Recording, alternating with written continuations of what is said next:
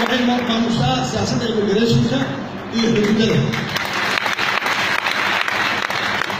haddaad maqashaan dowlad awoodeeda oo intaasba dowlad goboleedyada waxaa u soo haray in adeegii ay gaarsiiyaan hadday tahay waxbarasho, hadday tahay caafimaad, hadday tahay inay dadkooda mas-uulka ka yihiin ay ka warqabaan, hadday tahay ceelal inay u sameeyaan iyo canshuuraha inay aruuriyaan oo qeybka ay ku leedahay dowladda.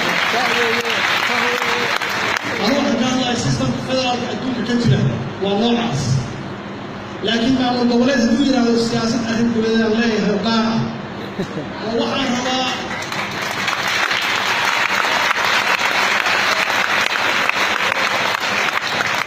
oo waxaan rabaa socodka inaan badiyo oo meelo badan tagtago.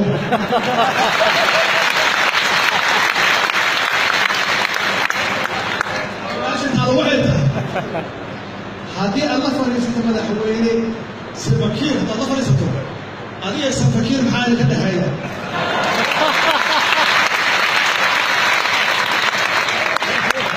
maxaa kala siixan kartaan ilaa adigu dowlad goboleeda tahay ninkan wuxuu madaxa ka yahay.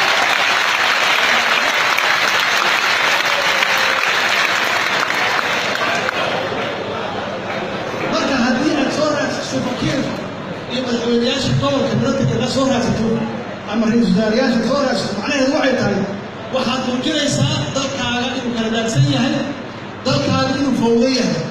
maxaa yeelay